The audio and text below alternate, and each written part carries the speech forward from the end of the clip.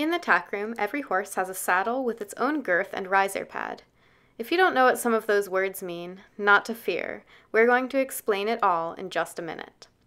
You'll also see that each horse has a bridle hook, usually with one bridle and one side pull.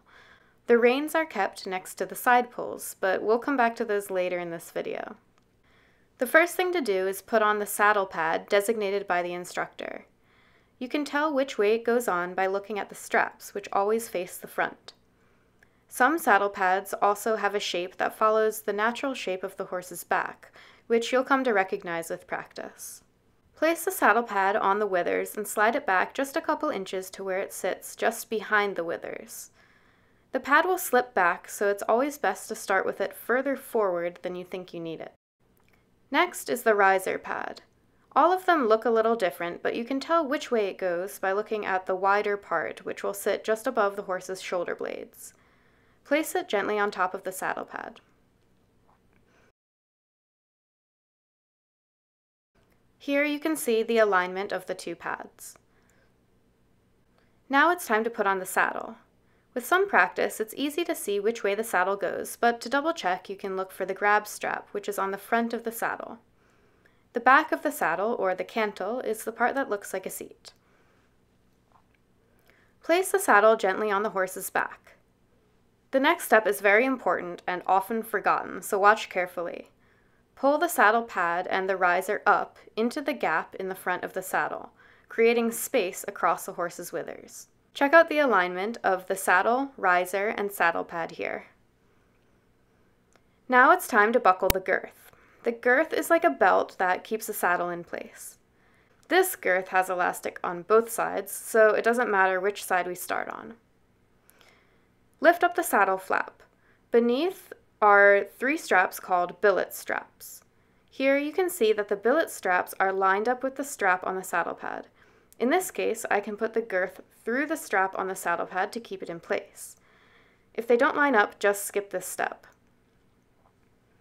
Run the first billet strap through the girth buckle where the roller is. Then skip the middle strap, which is a spare, and buckle the girth on the 3rd billet strap.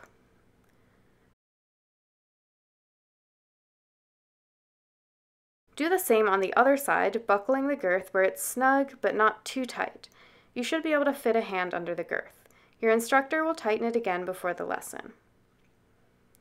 Your horse might just use a halter in the lesson, but sometimes you might need to put a side pull on. A side pull looks like this.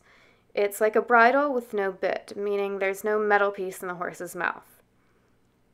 To put the side pull on, first put the loop at the bottom, called the nose band, around their nose. Then bring the top part, called the crown piece, up over their ears. Next, buckle the throat latch loosely under the jaw. You should be able to easily fit 4 fingers underneath.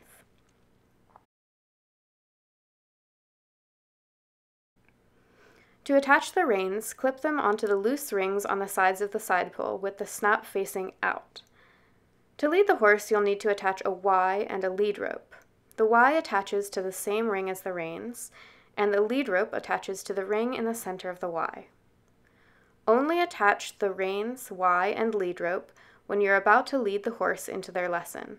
Never leave them on in the stall. Untacking the horse is much simpler than tacking up. Remove the lead rope, the Y, and the reins from the side pull. Unbuckle the throat latch and pull the side pull over the ears. Next, unbuckle the girth on both sides. Lift the saddle gently up off the horse's back. Try not to drag it off, which can pull uncomfortably at the horse's spine.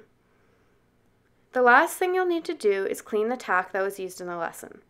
Outside the tack room, you'll find a bin full of leather cleaning supplies.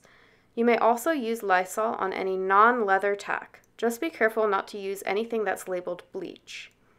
Use a sponge and a small amount of cleaner to clean the saddle, focusing on high-touch areas. The same can be done with the leather side pull. Lysol can be used for a quick spray of the reins, girth buckles, and lead rope. After cleaning, tack can be put back in its proper place in the tack room. The steps for tacking up can be a lot to remember, but after a little practice it all becomes muscle memory. If you have any questions about tacking up, please leave a comment so others can learn as well.